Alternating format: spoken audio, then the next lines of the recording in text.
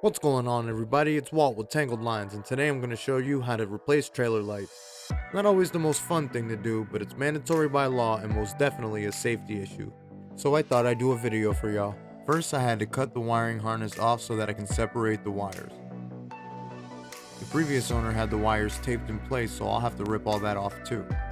This trailer has its lights attached to the guide poles, so I want the wires running inside those poles up to the light, that way they're not exposed to the weather as much. Remove any hardware holding the old lights on the trailer.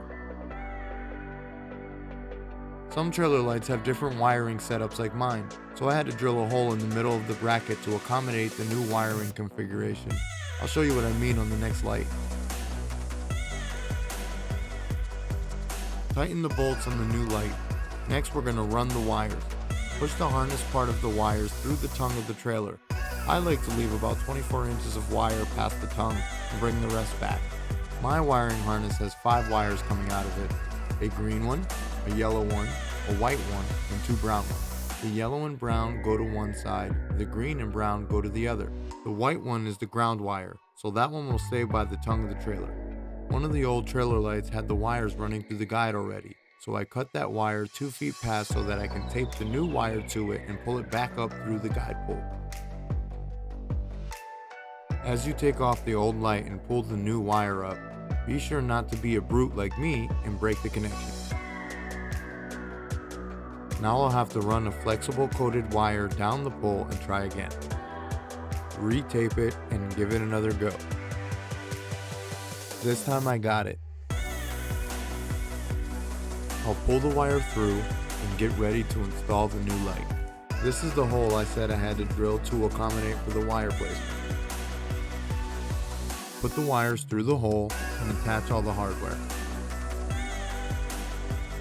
I don't have any heat shrink butt connectors for this, so I'm going to use some regular plastic ones with heat shrink tubes instead. Slide both green wires into the butt connector and crimp. Do the same thing for the brown wires as well. Slide the shrink tube over both connectors and heat it up with a heat gun or a lighter. Just as a precaution, I'm going to tape the shrink tube with electrical tape. These lights came with a ground wire, so I'll add this fork terminal so that I can ground it, heat shrink, and connect. And if y'all want to see more useful fishing and boating content, consider subscribing to the channel. You won't regret it. Thank you very much. You're the best. Now we're going to do the same exact thing on the other side.